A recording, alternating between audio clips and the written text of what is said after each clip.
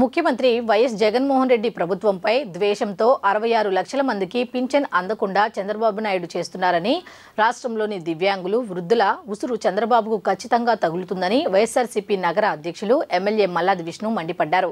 గత 5 ఏళ్లుగా టీడీపీ నాయకులు నిద్ర లేవకముందే గ్రామ, వార్డు సచివాలయ వాలంటీర్లు రాష్ట్ర వ్యాప్తంగా అవ్వాతాతలు, వితంతువులు, విభిన్న ప్రతిభావంతులకు తెల్లవారుజాము నుంచే పింఛన్లు డోర్ డెలివరీ చేస్తున్నారని, కానీ ఈరోజు సీఎం జగన్ మీద కోపంతో మీరు చేసిన ఈ కుట్రల కారణంగా ఈరోజు రాష్ట్రంలోని పెన్షనర్లు అంతా మండు టెండర్లో సచివాలయాలకు వెళ్లి ఇబ్బందులు పడాల్సిన దుస్థితి నెలకొందని దుయ్యబట్టారు.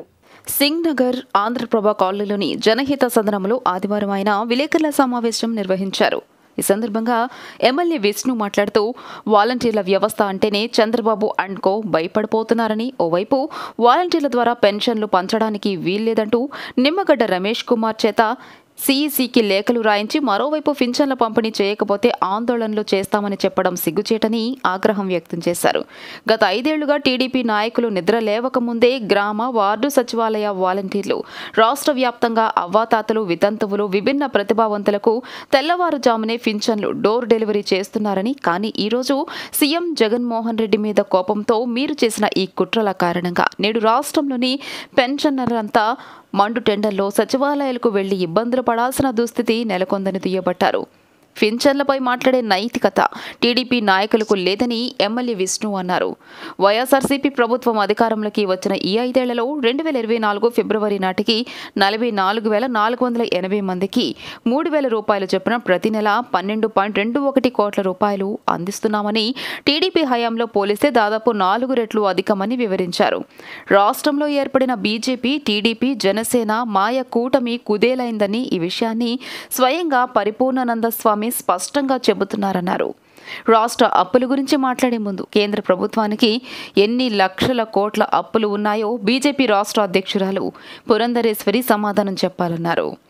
కేంద్ర ప్రభుత్వం ఇటీవల విడుదల చేసిన జాబితాలో అనేక బీజేపీ పాలిత రాష్ట్రాల అప్పులు ఆంధ్రప్రదేశ్ కన్నా ఎక్కువ ఉన్నాయని పురంధరేశ్వరి వాస్తవాలు తెలుసుకుని మాట్లాడాలని సూచించారు. చంద్రబాబు నాయుడు గారు ఆయన తొత్తుగా ఉన్నటువంటి సిటిజన్స్ ఫర్ డెమోక్రసీ ఆ సంస్థ ద్వారా చేసినటువంటి తప్పు ఈరోజు రాష్ట్రంలో 66 లక్షల మంది పెన్షన్దారులు అందరూ కూడా గందరగోళంలో ఉన్నారు. ఈరోజు ఉదయమే నేను కొన్ని ప్రాంతాలకు వెళ్తున్నప్పుడు వికలాంగులు కానీ, వృద్ధులు కానీ మా పరిస్థితి ఏంటి అని చెప్పని ఒక ఆందోళనలో ఉన్నారు. చంద్రబాబు నాయుడు గారి యొక్క కుట్ర, కుతంత్రము, ఆయన ప్రభుత్వం మీద దాడి చేయటం ద్వారా, వాలంటీర్ల వ్యవస్థ మీద దాడి చేయటం ద్వారా ద్వంద్వ విధానాలు వాలంటీర్ వ్యవస్థ మీద అవలంబిస్తూ ఉన్నాడు. ఈ 66 లక్షల మంది 15,000 సచివాలయాల దగ్గరికి పోయి ఈ 3 నెలల పాటు, ఏప్రిల్, మే, జూన్ 3 నెలల పాటు అక్కడికి వెళ్ళి తీసుకునేటటువంటి ఇబ్బంది పడే విధంగా చేసినటువంటిది చంద్రబాబు నాయుడు గారు అని చెప్పని ఈ సందర్భంగా చెప్తాను. దీన్ని ఈ చేసినటువంటి దుందుడుకు చర్యని వాలంటీర్ వ్యవస్థను చూసి భయపడిపోతూ ఉన్నారు. వాలంటీర్లను పదే వాళ్ళ ఆ వ్యవస్థ పట్ల ఏ విధంగా వ్యవహరించాలో కూడా తేల్చుకోలేకపోతూ ఉన్నారు. ఒకసారేమో వాలంటీర్ వ్యవస్థ కొనసాగిస్తామంటారు, ఒకసారేమో 50,000 ఆదాయం వచ్చే విధంగా చేస్తామంటారు. మళ్ళీ పక్క నుంచి ఇలాంటి సంస్థల ద్వారా రమేష్ చౌదరి లాంటి సంస్థలన్నీ సిటిజన్స్ ఫర్ డెమోక్రసీ సంస్థల ద్వారా కంప్లైంట్లు ఇప్పిస్తూ కోర్టులకు వెళ్తూ రాష్ట్రంలో 66 లక్షల మంది గందరగోళ పరిస్థితికి నెలకొనడానికి చంద్రబాబు నాయుడు గారి యొక్క ఆలోచన, కుట్ర ఉన్నది అని చెప్తాం.